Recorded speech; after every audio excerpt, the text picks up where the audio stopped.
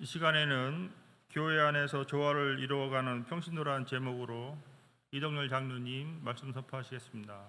많은 은혜 받으시기 바랍니다.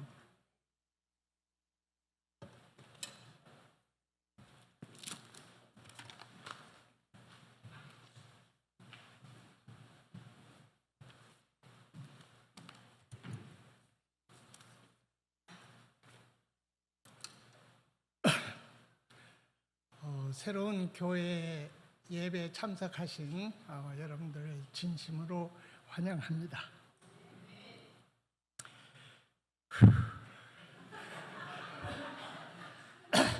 너무 긴장이 되고 떨립니다.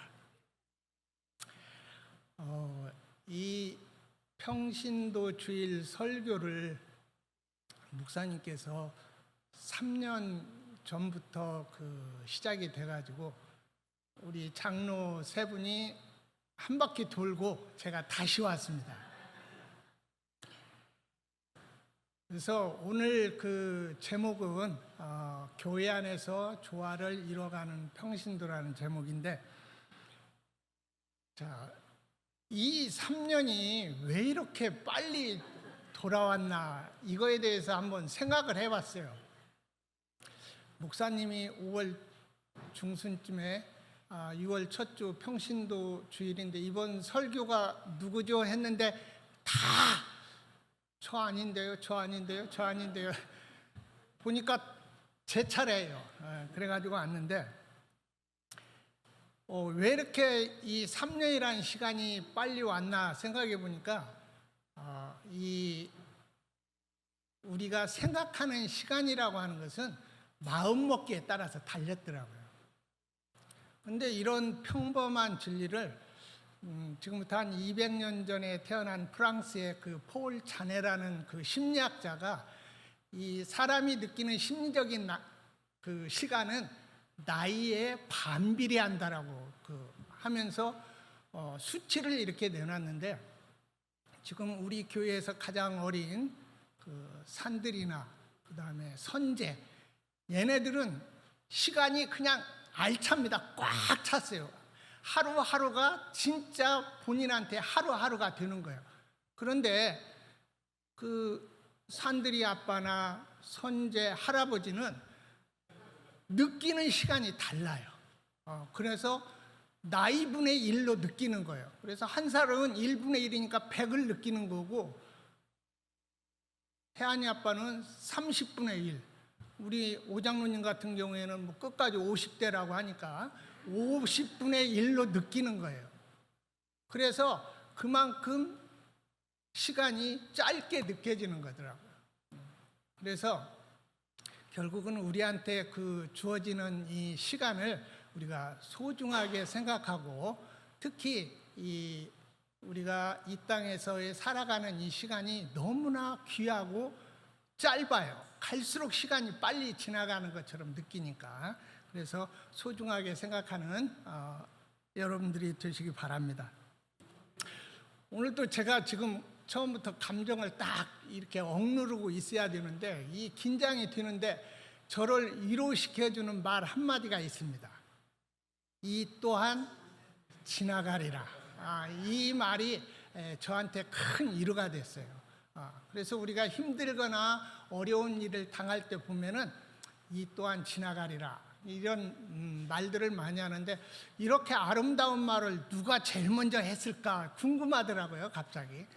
그래서 이제 여러 가지 이렇게 찾아보니까 역시 제일 좋은 말은 우리 믿음의 선배들이 다 했더라고요. 그래서 우리가 유명한 다윗 왕이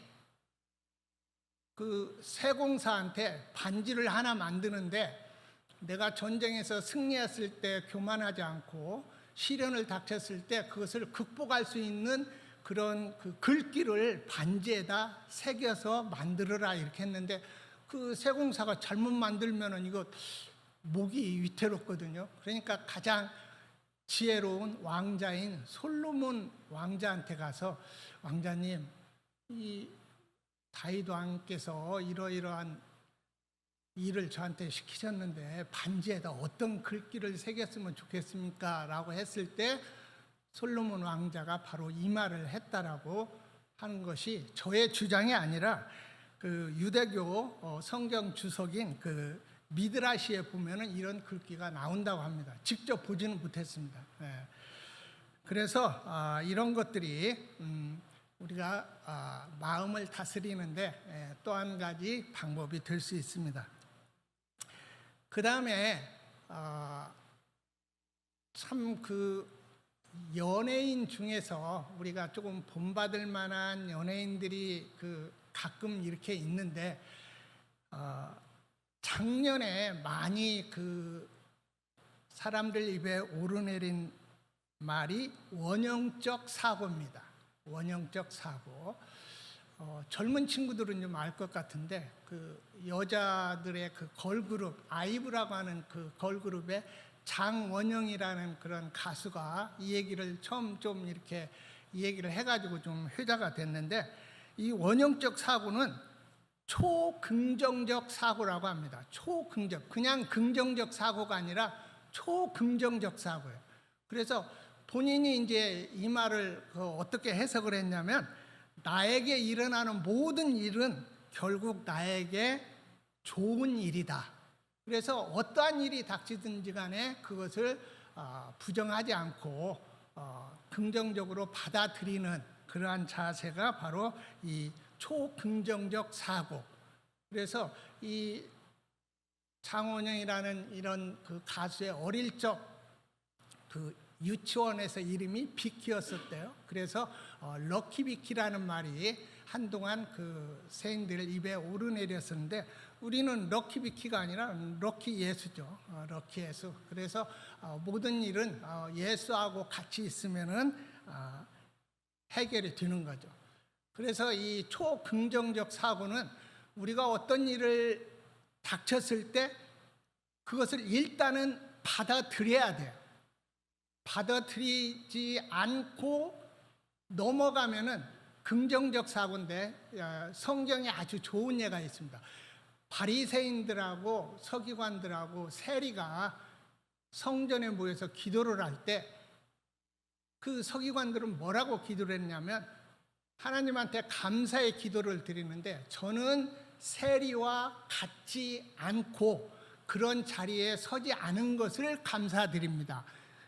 이게 긍정적 사고예요. 그런데 세리는 어떤 기도를 했느냐? 저는 죄인입니다. 하나님 앞에 감히 얼굴을 들 수도 없고 낯을 들 수도 없습니다. 그래서 손만 들고 기도를 했는데 이게 바로 초긍정적 사고예요. 그러니까 자기 현실은 받아들이면서 거기에서 극복해 나가는 그러한 자세가 바로 초긍정적 사고인데 우리 믿는 자들은 초긍정적 사고예요. 나는 죄인입니다. 우선 제일 먼저 하는 게 고백이 나는 죄인입니다죠. 그러나 그 죄인에서 머무르지 않고 주님의 은혜 덕분에 우리가 다시 일어설 수 있는 거, 이게 바로 초긍정적 사고입니다. 그래서 세인들이 많이 그 얘기하는 그게 우리는 믿음 가운데서 생활하는 그 모든 것이 다 초긍정적 사고라고 하는 것을 알면 되겠습니다. 자, 그러면 교회 안에서 조화를 이루어가는 우리 평신도 오늘 말씀에 나와 있는 것을 보면은 두 가지의 그 기준을 이렇게 정해줬습니다. 그래서 첫 번째 그 내용을 보면은 오늘 말씀에도 나와 있는 것처럼 노하기를 더디하는 자. 왜 노하기를 더디하는 자가 우리 교회 안에서 조화를 이루어가는 평신도들의 역할이냐? 그것은 우리가 화를 어느 때 내나요? 화는 주로 수평적인 관계에서는 거의 화를 내지 않습니다. 화를 내는 이유는 차이가 있는 거예요. 수직적인 차이에서 윗사람, 위에 있는 사람, 우리가 흔히 갑질이라고 요즘 사회에서 많이 얘기하는데 위에 있는 사람이 아래에 있는 사람한테 내는 게 화예요. 자기의 권위가 무시당했다든지 또는 자존심이 상했다든지 자기의 명령을 지시를 거부했다든지 할 때 화가 나는 거죠. 약한 사람들은 화를 못 내죠. 약한 사람, 아래에 있는 사람들은 화를 못 냅니다.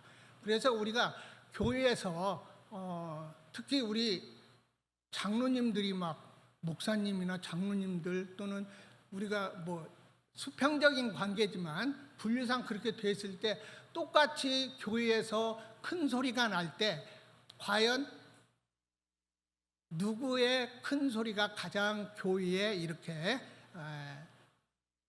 악 영향을 끼치느냐. 그럴 때 밑에 있는 사람들은 그렇게 힘이 약하기 때문에 화도 못 내고 큰 소리도 못 내는 거죠. 그래서 우리가 교회에서는 모든 성도님들이 다 함께 이 노하기를 더디하는 자가 되어야 됩니다. 그래서 우리 옛말에도 뭐 참을인 자 3번이면 살인도 면한다 이런 얘기가 있어요. 참을인 자 3번이라고 하는 얘기는 결국은 노하는 것을 참는 거죠. 그것을 참지 못하고 바로 이렇게 표출하는 거, 그런 걸로 인해 가지고 교회뿐만이 아니라 사회나 직장 생활 이런 데서도 보면은 저 사람 조금만 좀 참지, 그걸 참지 못하고 저렇게 화를 내 가지고 분위기를 이상하게 만든다 이런 얘기를 우리가 가끔 듣고 있죠. 이 참는 것 또는 노하기를 더디하는 것 이런 거에 대해서 마태복음 18장 21절에서 22절에 보면은 베드로하고 그 예수님하고의 그 대화가 납니다. 친구가 형제가 잘못했을 때 베드로가 몇 번까지 용서를 해줘야 됩니까? 이렇게 물어보죠. 우리나라는 몇 번까지 용서해 줄 것 같아요? 3, 4번. 그래서 이제 베드로가 인심을 팍 써가지고 예수님 3, 4번, 2번 거기에다 플러스 1 해가지고 7번까지 용서해 주면 됩니까? 라고 했더니 예수님이 7번이 아니라 70번씩 7번이라도 용서를 해줘야 된다. 또 계산하기 좋아하시는 분들은 그걸 계산을 해요. 그래가지고 그러면 77에 49, 490번을 용서를 해줘. 그러면 491번 잘못하면 어떻게 되냐고 또 이런 걸 따지죠. 이것은 무한정 용서입니다. 그 무한정 용서라고 하는 것은 예수님이 지금 현재 나한테 해주고 있는 거예요. 만약 490번만 용서해줬다 그러면 어렸을 때 한 중고등학교 때 이미 이 세상에 없어야 될 그런 존재인데 지금까지 살아있다라고 하는 것은 490번이 문제가 아닌 거예요. 거기다 공을 몇 개 더 붙일 만큼 예수님은 용서를 해 주신 거죠. 그래서 우리 기독교의 가장 큰 어떻게 보면은 그 주제가 이 사랑인데 이 사랑이라고 하는 거 우리가 이렇게 중요한지 알면서도 우리가 사랑을 못하고 살아가죠. 그래서 저도 뭐 집사람, 자녀, 형제, 이웃, 직장 동료들 사랑을 못했던 그 가장 큰 이유, 입으로는 사랑을 한다 하면서도 실질적으로 사랑을 못하는 이유는 사랑의 전제 조건이 용서예요. 용서. 이 용서 없이는 사랑을 할 수가 없어요. 우리가 사랑을 한다 말은 하면서도 용서가 안 되면은 나중에는 결국 그 사랑이 완전한 사랑이 될 수가 없어요. 사랑을 하려면 먼저 용서를 해야 돼요. 용서. 그 용서를 못 해주는 것 중에서 제가 지금까지 40여 년 동안 제가 듣고 있는 얘기, 여자분들이 많이 하는 얘기 있죠. 임신했을 때 그 참외 좀 먹고 싶다고 했는데 그걸 안 사다 줘가지고 그 얘기를 40년 동안 제가 용서를 못 받고 있어요. 용서를. 그래서 분리하면은 나와요. 그러면 그거에 대해서는 할 얘기가 없어요. 제가 그때 뭐라고 이 얘기를 했냐면 야 그거 꼭 그렇게 먹고 싶냐? 라고 이 얘기를 했다고 해요. 저는 기억이 전혀 나지 않는데. 그래서 이 사랑을 하려면 먼저 용서가 앞에 있어야 돼요. 용서. 그러면 우리가 흔히 용서한다라고 해놓고 다시 그걸 끄집어내면 안 돼요. 용서를 했으면은 지우개로 지운 것처럼 깨끗해져야 돼요. 그런데 우리가 이 용서를 잘못 생각하고 꼭 복수나 안갚음을 하려고 해요. 이건 용서가 아니에요. 내가 복수를 하고 용서를 해줘야지. 이거 진정한 용서가 아닙니다. 안갚음이나 복수는 누가 해줘야 돼요? 하나님한테 맡겨야 되는 겁니다. 그런데 하나님한테 맡기지 못하고 내가 해결을 하려고 하니까 용서가 제대로 안 되는 거예요. 그래서 우리가 진정한 그 사랑을 하려면은 먼저 용서를 해야 된다라고 하는 거. 저도 이번 그 설교를 준비하면서 그래서 사랑을 하려면은 먼저 용서를 하고 나서 깨끗해진 마음으로 사랑을 해야 되겠구나, 이런 생각을 하게 됐습니다. 그래서 우리가 그러면은 내가 억울하게 당한 것을 누가 어떻게 해주느냐? 하나님이 해주는 거예요. 그래서 계시록 22장 12절에 보면은 각 사람에게 그가 일한 대로 다 갚아 주신다, 이렇게 하나님이 말씀하셨어요. 그래서 우리는 자기가 미워하고 원수처럼 생각하는 사람들을 위해서 기도를 하라고 그랬죠. 그 사람이 목마르면 물을 주고 배고프면 음식을 주라고 그랬어요. 헐벗으면 옷을 주고 그 사람을 위해서 축복하는 기도를 드리라고 그랬어요. 그 기도가 바로 그 원수의 머리 위에 숯불을 쌓아놓는 거라고 그랬어요. 그러니까 내가 해결하려고 하지 말고 하나님한테 맡기면 그런 것이 해결이 되기 때문에 우리가 용서를 해줄 수 있어야 됩니다. 그 다음에 그 데살로니가전서 5장 16절에서 18절, 우리가 많이 알고 있는 성경 구절이죠. 항상 기뻐하라, 쉬지 말고 기도하라, 범사에 감사. 여기까지만 해요, 우리가. 그런데 이게 안 되죠. 왜 항상 기뻐하라 그러는데 항상 기뻐하지 못하고, 범사에 쉬지 말고 기도도 제대로 안 되고, 범사에 감사하라고 그랬는데 나한테만 어려운 일이 생기는 것 같고. 우리가 여기까지만 성경을 읽어서 그래요. 그 뒤를 읽어보면 답이 있거든요. 이는 그리스도 예수 안에서 너희를 향한 하나님의 뜻이라고 그랬어요. 그러니까 예수 안에서 기뻐하고, 예수 안에서 기도하고, 예수 안에서 감사해야 되는데, 세상에 빠져서 우리가 기뻐하고 기도하고 감사하니까 이게 안 되는 거예요. 그래서 우리가 이 용서나 사랑도 예수 안에서, 그 다음에 기도하고 감사하고 기뻐하는 것도 예수 안에서 해야 돼요. 그러니까 세상적인 방법이 아니라 우리 주님이 가르쳐준 그 마음, 그 은혜 안에서 우리가 용서를 하고 사랑을 해야 되는 것입니다. 그 다음에 이제 고린도전서 13장 4절에 보면은 우리가 사랑이라고 하는 그런 장이라고 얘기를 하는데, 거기에서 사랑은 어떤 속성이냐고 할 때 맨 처음 나오는 거 혹시 생각나요? 오래 참으라고 그랬어요. 각 뒤에 좋은 말들이 엄청 많이 나와요. 많이 나오는데 사랑은 오래 참고부터 시작해요. 그래서 사랑하는 사람한테 우리가 화를 내나요? 안 내죠. 잘못해도 그냥 예쁘게만 보이죠. 그 용서의 마음, 그게 바로 뭐냐면 콩깍지예요. 콩깍지가 씌워지면은 모든 행동이 다 용서가 되죠. 진짜 그거에 대해서 뭐 따지지를 않죠. 그러나 그 콩깍지가 벗어나는 시간, 결혼 후 3개월 유효기간 지나면은 이제 그게 벗겨지면은 그 다음부터는 노하기를 빨리 해라, 이렇게 돼가지고 그때부터 이제 전쟁이 시작되는 거죠. 그래서 우리가 그 노하기를 더디하는 거, 이게 우리가 예수 안에서 우리 성도님들이 해야 될 그런 이야기입니다. 자, 그 다음에 이제 두 번째, 오늘 말씀에 나와 있는 것처럼 자기의 마음을 다스리는 자는 성을 빼앗는 자보다 나으나 더 낫다, 이렇게 얘기를 했어요. 그래서 자기 마음을 다스려야 되는데 이 마음을 다스리는 거에 대해서는 뭐 세상적인 여러 가지 방법들이 많이 있죠.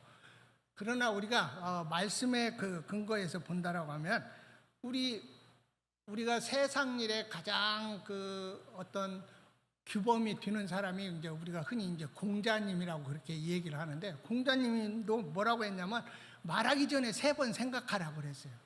그것은 자기 마음을 잘 다스리면서 말을 하라는 뜻이죠.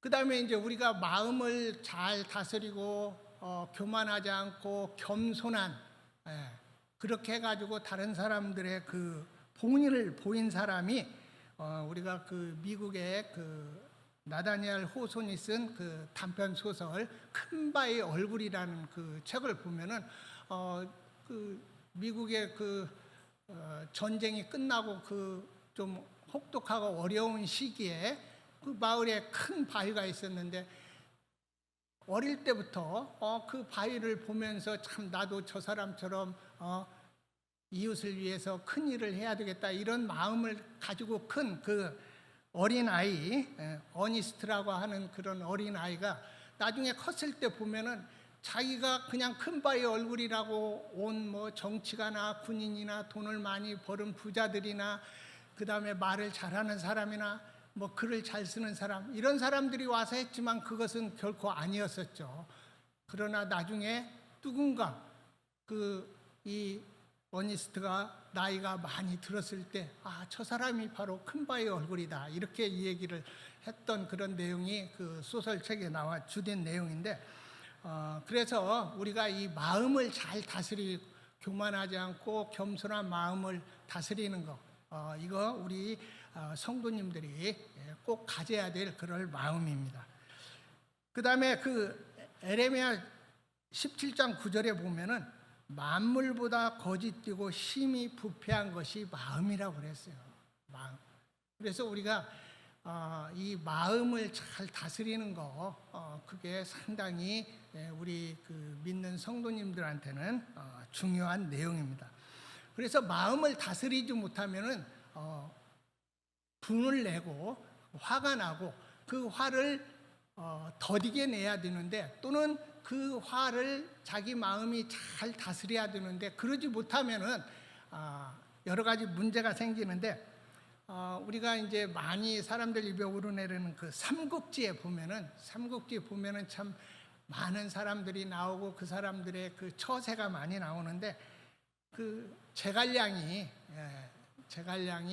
손권, 오나라의 손권을 찾아가 가지고 조조하고 싸움을 하기 위해서 우리가 연합을 해야 된다라고 했는데, 손권이 나는 당신하고 손잡지 않겠습니다 했을 때, 이 제갈량이 손권의 옆구리를 팍팍 찔리는 얘기를 합니다. 그래, 당신은 용기가 없고 그래서 조조하고 감히 맞붙지 못할 거다, 이렇게 해가지고 막 옆구리를 찔르니까, 왜 나한테 그런 얘기 하냐고, 좋다고, 그러면 당신하고 연합해서 조조군과 싸우겠습니다 해서 손권의 마음을 막 이렇게 울컥 막 해가지고 결국은 그 협상을 이끌어가지고 그 유명한 적벽대전, 백길이 이렇게 다 묶어놔가지고 불을 질러가지고 승리한 그런 큰 싸움을 이기게도 했습니다. 그래서 이제 우리가 격장지게라는 그런 말이 나오게 됐는데, 그래서 마음을 다스리지 못하면 이와 같이 자기의 어떤 그 일에서도 손해를 보게 됩니다. 그 다음에 우리가 이 화를 내는 것도 결국은 습관이에요, 습관. 그래서 습관이라고 하는 것은 환경에 의해서 자동적으로 일어나는 거예요. 그러니까 뭐 특별히 노력을 하지 않아도 자동적으로 일어나는 거. 한국을 빛낸 그 100명의 유인이라고 하는 그 노래 가사를 보면은 2절 첫 소절이 어떻게 시작을 하냐면, 말목 찰은 김유신 나와요.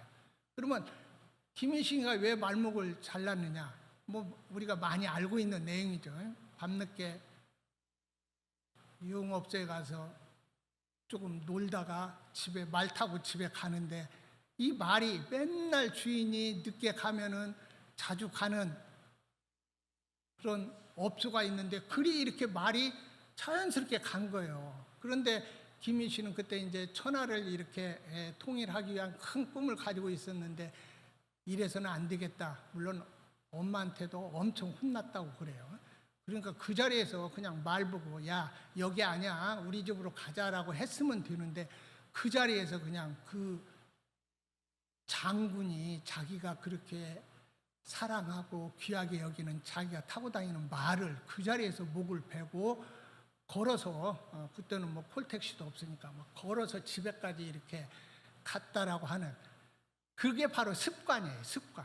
동물도 그런 습관이 있어요. 그래서 우리가 이 마음을 다스리는 거 이것도 결국은 습관이기 때문에 우리 믿는 자들은 좋은 습관을 가져야 합니다. 그래서 에베소서 4장 26절에서 27절을 보면은 분을 내어도 죄를 짓지 말며, 그러니까 화가 나면은 우선 평소에 안 하던 말과 행동을 하니까 죄를 짓기가 쉽잖아요. 그래서 분을 가능한 한 더디게 내고 그래야 되고, 그 다음에 해가 지도록 분을 품지 말라고 그랬어요. 해가 지도록 분을 품으면은 결국은 마귀가 그 틈을 타가지고 우리를 나쁜 길로 인도하기 때문에 그렇습니다. 그래서 우리가 특히 연세가 있으신 분들은 지금 단 음식을 잘 안 먹죠. 밀가루 음식도 잘 안 먹고. 왜 그러냐니까 당뇨병 때문에. 당뇨병. 그 다음에 탄 음식도 잘 안 먹어요. 암 걸린다고 합니다. 그래서 이러한 것처럼 우리가 음식을 가지고도 질병에 걸리는데 모든 만병의 원인이 스트레스예요. 스트레스라고 하는 것은 우리 몸을 구성하고 있는 생체의 조화가 깨지는 게 바로 이 스트레스라고 그래요. 그러니까 우리가 이 성경 말씀대로 하면은 건강하게 오래 살 수 있는 거예요. 성경에 보면은 장수의 비결을 몇 가지 이렇게 나오는데 부모님한테 잘하는 것도 그렇지만 이 해가 지도록 분을 품지 않는 거, 이거 스트레스 받지 않으면은 결국은 우리가 건강하게 오래 살 수 있다라는 거예요. 그래서 여러분들은 자기 마음을 다스리기 위해서 어떤 행동들을 하십니까?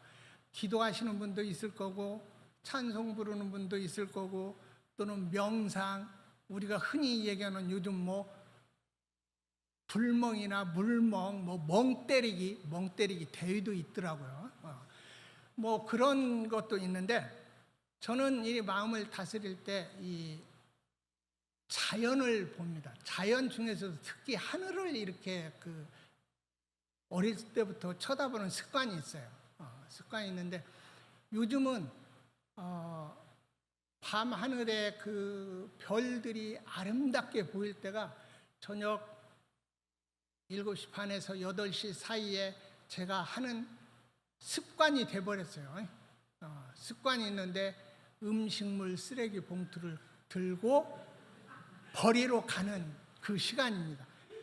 그 시간이 온전한 저의 시간이에요. 그래서 가는 길에 하늘을 한번 쳐다보고 또 버리고 올 때도 하늘을 쳐다보고 그럽니다. 그럴 때 얼마나 그 하늘이 아름다운지 몰라요. 조화가 있죠. 물론 별이 몇 개 안 보여요. 안 보이는데 그러면은 하나님은 이 천지를 창조하실 때 그 많은 것들을 창조하시면서 어떻게 조화를 이뤘을까 하는 게 좀 궁금해지더라고요. 그래서 인터넷에 떠도는 사진을 한번 제가 하나님의 그 조화로운 그런 솜씨를 한번 제가 찾아봤습니다. 자, 첫 번째 사진.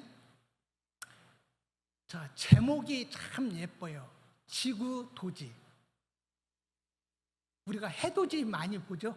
해돋이인데 이건 지구가 해처럼 떠오르는 거예요.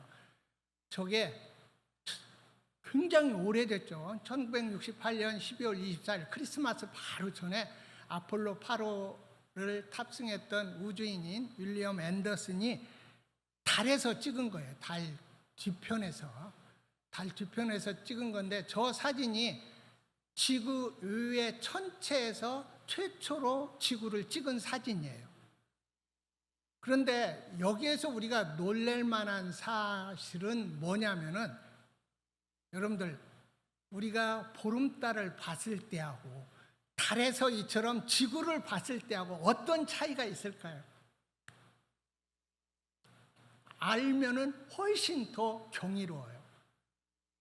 우리가 지금부터 2000여 년 전에 예수님이 달을 봤을 때 모습이나 오늘날 우리가 본 달의 모습이나 똑같아요.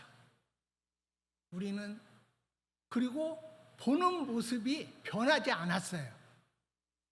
우리가 언제 어느 때 어느 나라에서 보든지 간에 달의 모습은 항상 똑같아요. 개수나무 한 그루, 토끼 한 마리, 두 마리, 새끼 안 났나 봐요. 거기는 떡방아를 찍고 있는 그 어두운 모습 그런 게 똑같아요. 그런데 달에서 지구를 보면 어떻게 보일까? 이게 너무나 환상적이에요. 우선 보름달에 4배 정도로 커요, 지구가. 그리고 또 놀랄만한 사실은 밝기가 보름달보다 한 40배 정도 더 밝아요, 지구가. 그러니까 우리가 달 봤을 때보다 달에서 지구를 봤을 때 40배 정도가 더 많아요. 그리고 또 멋있는 게 뭐냐면은 우리가 달은 움직이더라도 그대로 움직이죠. 근데 지구는 그 자리에서 돌아요. 그러면은 저 상태에서 지구가 돈다라고 생각해보면 하늘에 떠 있는데 지구가 거기서 이렇게 돌아요. 지구의 전체 모습을 다 볼 수 있어 얼마나 멋있어요. 조화롭게 이렇게 하나님은 만들어 주셨어요. 그래서 이 하나님은 이 천지 창조를 하실 때 바로 이 조화롭게 하셨어요. 조화롭게. 그리고 조화롭다라고 하는 것은 보시기에 좋았더라, 아름답다라고 하는 내용이에요. 자, 그러면 또 한 가지 사진을 한번 같이 보겠습니다. 자, 다음 사진.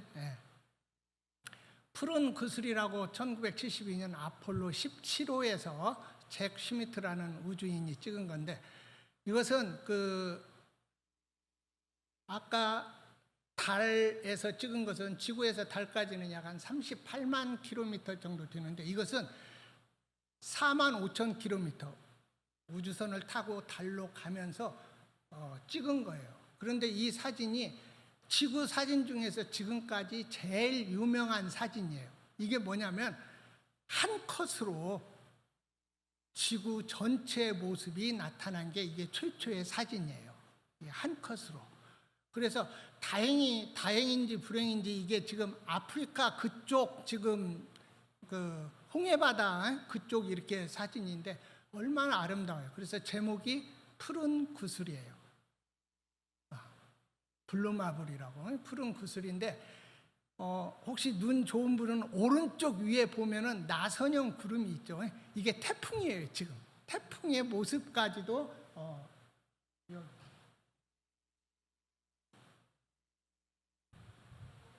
나선형 이렇게 되어 있는 태풍의 모습까지도 지금 찍혀 있는 저런 사진입니다. 그래서 이 17호가 마지막 아폴로 우주선인데 이 사진으로 인해 가지고 좀 유명해졌습니다. 그 다음에 이제 마지막 사진 한 장 보겠습니다. 창백한 푸른 점. 1990년 2월 14일 날 보이저 1호에서 찍은 사진인데 저는 이 사진을 보면서 저게 지금 보이저 1호라고 하는 우주 탐사선이 명왕성, 그러니까 저게 약 한 61억 킬로미터 지구에서 떨어진 곳에서 찍은 사진이에요. 그런데 저 사진이 조금 유명한 이유는 저 지금 빨간 줄이 쭉 그어져 있죠. 저것은 실제 모습이 아니에요. 태양빛을 받아가지고 렌즈에 그런 이렇게 줄이 생겨가지고 찍힌 거고 그 안에 있는 저 점, 푸른 점이 바로 지구예요. 이 사진이 지금까지 지구에서 가장 멀리 떨어져서 찍은 사진이에요. 지구에서 60억 킬로미터 정도 떨어진 곳에서 찍은 사진인데, 이 그 보이저라고 하는 얘는 원래 한 4년 정도 임기가 4년 정도예요. 그랬는데 얘가 고장이 안 나는 거예요. 그래가지고 계속 이어지다가 이 지구에 우리가 흔히 태양계 그러면 뭐 수금지와 목도 천해명 해가지고 거기까지가 이제 우리가 태양계라고 얘기를 하는데, 뭐 그 중에서 명왕성은 좀 여러 가지 문제 때문에 2006년도에 그 행성에서 지금 빠져가지고 8개 행성으로 되어 있는데, 거기를 가는데 이것을 그 계획했던 칼 세이건 그 천문학자가 한번 지구를 찍으면 어떻게 될까? 그래가지고 얘가 지금 지구 바깥쪽으로 가는데 얘를 살짝 돌려가지고 지구를 한번 찍어보면 어떨까? 그랬는데 많은 그 관계자들이 반대를 했어요. 제일 많이 반대를 한 게 그 센터장이 제일 많이 반대를 했어요. 그런데 다행히도 센터장이 이렇게 교체가 돼가지고 명령을 내렸어요. 그래가지고 이 저쪽으로 가던 우주선을 이렇게 돌렸어요. 돌려가지고 지구를 보고, 지구뿐만이 아니라 다른 행성들도 좀 사진을 찍었는데 그 중에서 저걸 찍게 됐어요. 그래가지고 저걸 그 지구로 전송을 하는데, 지구까지 오는데도 엄청 많이 걸려요. 20시간 이상 넘게 걸려요. 거기서 전파가 오는데도 그렇게 멀리 떨어져 있어가지고. 그런데 이 창백한 푸른 점이라고 하는 저 안에 우리 지금 우리가 흔히 얘기하는 이 지구가 저 안에 다 들어있어요. 새로운 교회를 한번 찾아볼까요? 거기에서? 아니면 푸르지오 아파트를 찾아볼까요? 저기에 어디에 있을까요? 저기에. 저게 그 원본으로 저기에서 왔을 때 이제 뭐 저도 정확한 크기는 모르겠는데 실제 그 지구의 크기가 0.12 픽셀이라고 하더라고요. 우리 김성수 권사님은 뭐 하면은 딱 알아듣겠지만, 그래서 아주 작은 그런 크기로 저렇게 지구의 모습. 저 사진은 앞으로 당분간 저렇게 멀리서 지구를 찍은 사진은 아마 없을 거예요. 그래서 이렇게 그 하나님은 천지를 창조하신 것도 이와 같은 질서, 조화 이런 데 근거를 두고 천지를 창조하셨다라는 것을 다 함께 기억해 주시기 바랍니다. 그럼 오늘 말씀을 한번 정리를 해보겠습니다. 우리가 교회 안에서 조화를 이루는 그 평신도가 돼야 되는데, 이 조화를 이룬다라고 하는 거, 우리가 그 새로운 교회 이름이 참 너무 예쁘죠. 그리고 좋아요, 새로운 교회. 그런데 이 새로운 교회가 또 어디에도 있냐면 감리의 그 사이평신도국 주제가 뭐냐면 새로운 감리교회, 하나가 된 감리교회. 그래서 감리 그 본부에서도 이 새로운 교회 이게 굉장히 추구하는 바예요. 근데 우리는 이미 몇 년 전부터 새로운 교회를 지금 세워가고 있어요. 이 새로운 교회에 오시는 여러분들은 다 새로운 성도고 변화된 성도고, 우리 삶을 통해서 주님의 사랑과 향기가 퍼져나가는 아주 질서 있고 하나님이 보시기에 아름다운 성도라는 것을 저는 의심치 않습니다.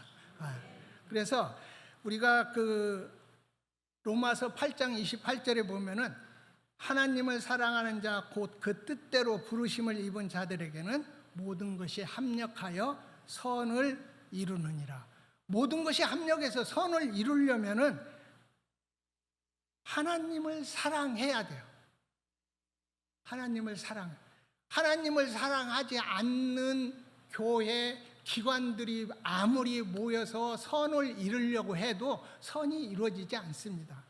그래서 우리가 이 새로운 교회를 중심으로 해서 모인 우리들은 모두가 다 하나님의 사랑을 입고 우리가 이 안에서 서로 협력하는 그런 성도님들이 되기를 바랍니다. 그래서 이 사랑과 용서가